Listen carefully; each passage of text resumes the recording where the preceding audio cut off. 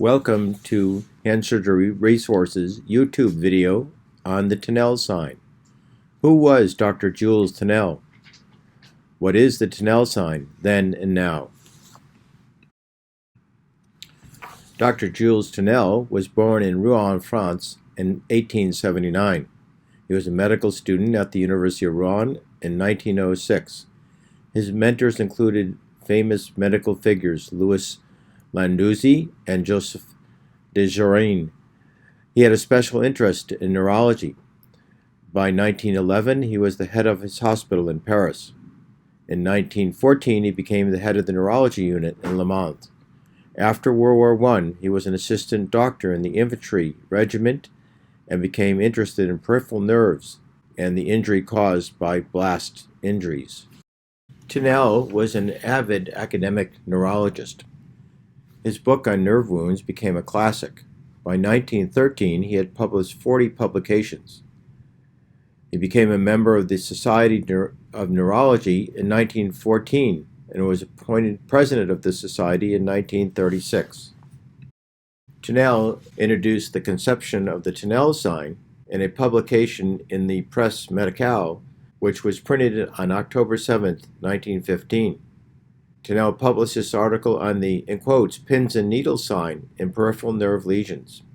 He proposed a detailed analysis which distinguished nerve severing, nerve compression, and nerve irritation, and how to monitor patients who had neuromas or nerve sutures.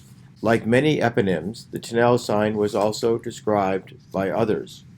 Hoffmann in Germany actually published on the Tinel sign, which was there called the Hoffmann sign, slightly earlier than Tinel.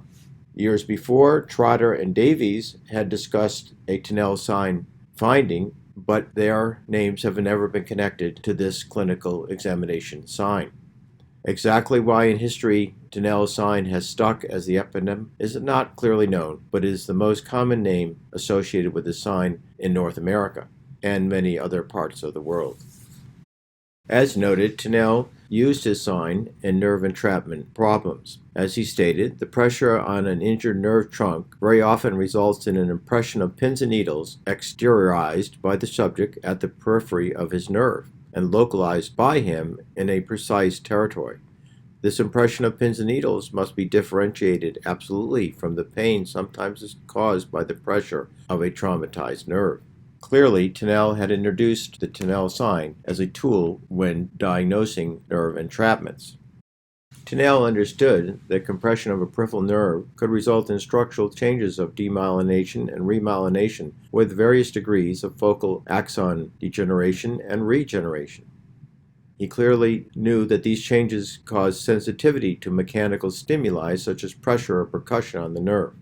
He described this percussion as a useful clinical examination tool. Tinel clearly felt that diagnosing various entrapment neuropathies, particularly with axonal loss and regeneration in the peripheral sensory fibers, could be helped by the use of the Tinel sign. In this next video, you will see the Tinel sign being used to diagnose carpal tunnel syndrome. Tinel sign, tap on the median nerve just proximal to the wrist crease and get paresthesias in the distribution of the median nerve. Tinel sign is also useful when diagnosing cubital tunnel syndrome entrapment at the elbow and is seen here in the following video. Test the ulnar nerve Tinel sign at the elbow. Feel the epicondyle, the tip of the olecranon. In between is the groove where the ulnar nerve is located. While you're tapping the ulnar nerve at the elbow, then you see if there's paresthesias in the little finger, reproducing the patient's symptoms. Tinel sign is also useful in diagnosing ulnar nerve entrapment in Guillaume's canal, and the technique is visualized in the following video. To do the Tinel sign for the ulnar nerve of the wrist, feel the pisiform, and just radial to that should be the location of the ulnar nerve, and percuss the ulnar nerve and see if you produce tingling in the distribution of the ulnar nerve, i.e. the little finger and the ulnar side of the ring finger. Likewise, Tinel sign can sometimes be helpful when diagnosing radial tunnel syndrome or posterior osseous nerve entrapment in the proximal forearm. This maneuver is visualized in this video. So when you're trying to do a Tinel sign over the radial nerve in the proximal part of the forearm, first find the epicondyle, then you can feel the radial head. If you have the patient resist, you'll see the mobile wad here, and in this interval is the location of the supinator and the radial nerve. So if the radial head is about there, 3-finger breaths down from that distally is going to be the radial nerve.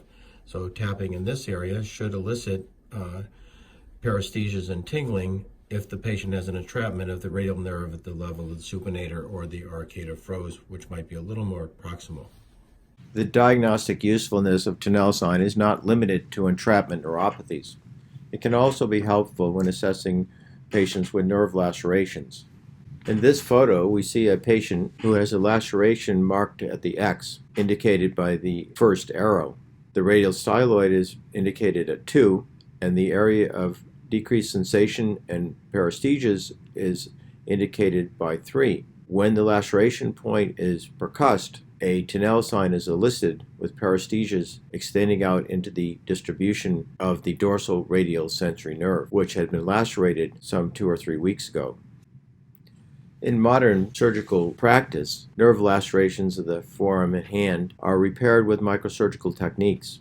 Despite increased detailed reconstructions and repairs, a Tinel sign is almost invariably present at the repair site because some axons escape at the site and produce a small neuroma in continuity, which when percussed produces a classic Tinel sign. Similarly, as the nerve regenerates, the Tinel sign will advance distally, as indicated in the area 2.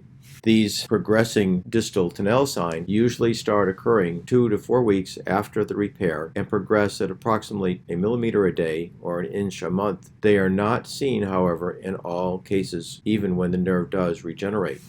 After an epineurial nerve suture, Tinel noted that pins and needles indicate the presence of young nerve fibers undergoing growth.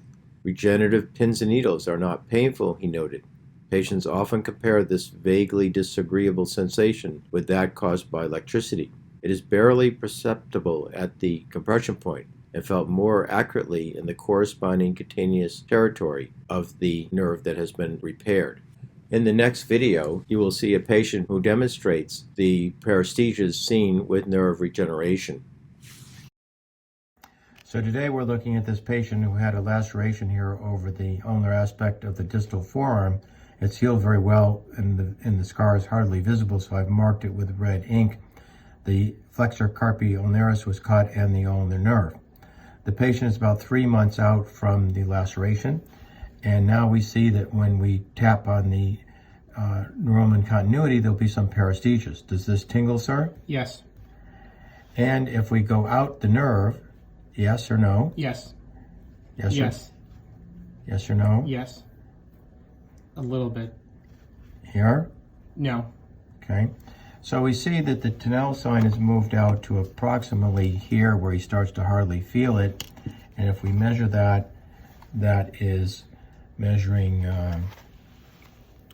about 2.5 to 3 inches, which is about the usual way we think the nerve can regenerate. In general, initially, the nerve does nothing for 2 to 4 weeks and then grows 1 millimeter a day or 1 inch a month. So you would expect the Tinel sign to be in this range at 2.5 months post-laceration, which is now healed.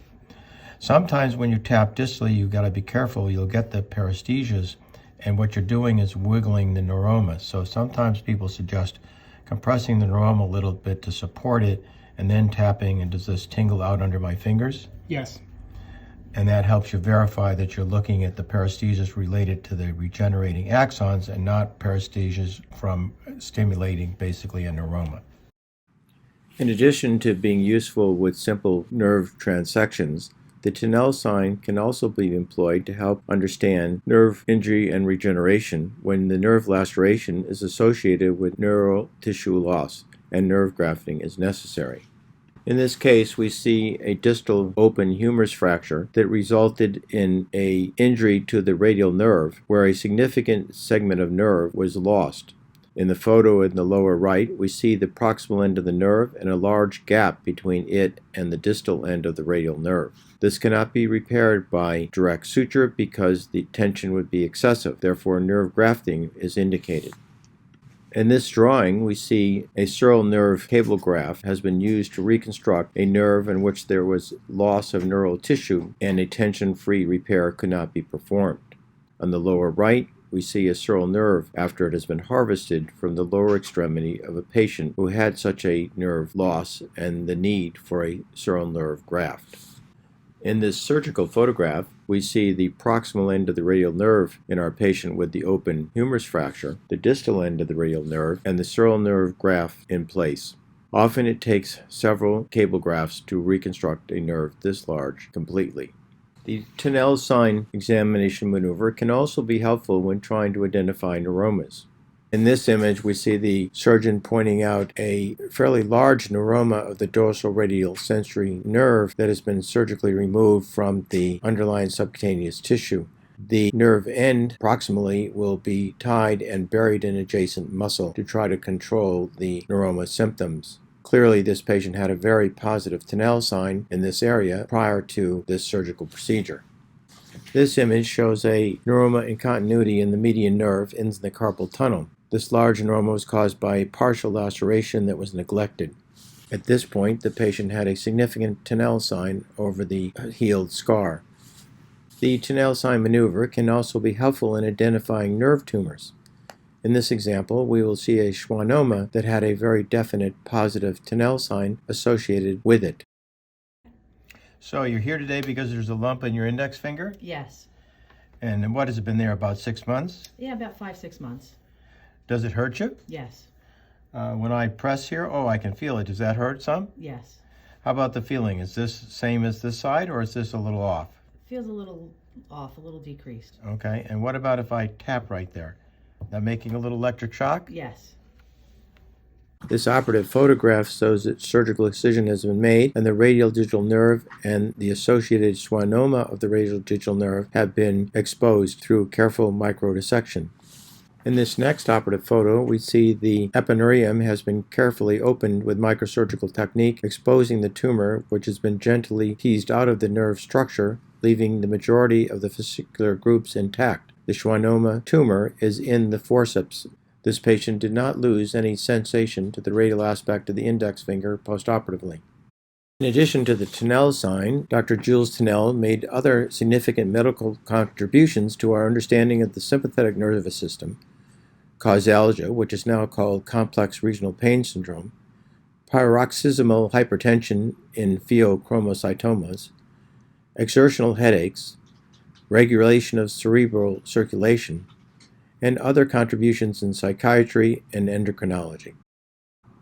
In summary, the key points related to the Tinel sign are that it is a useful tool when dealing with nerve entrapments, nerve lacerations, nerve repairs and their regeneration, nerve grafting and the regeneration through the nerve graft and further distally in the nerve, neuromas, and nerve tumors of various types.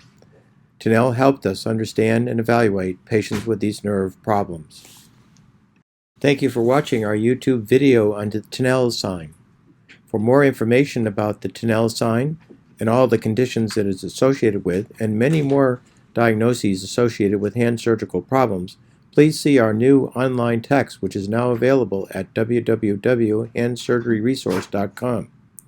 This is an exciting text called Hand Surgery Source, and we hope that you will sign on and take advantage of this new free educational opportunity.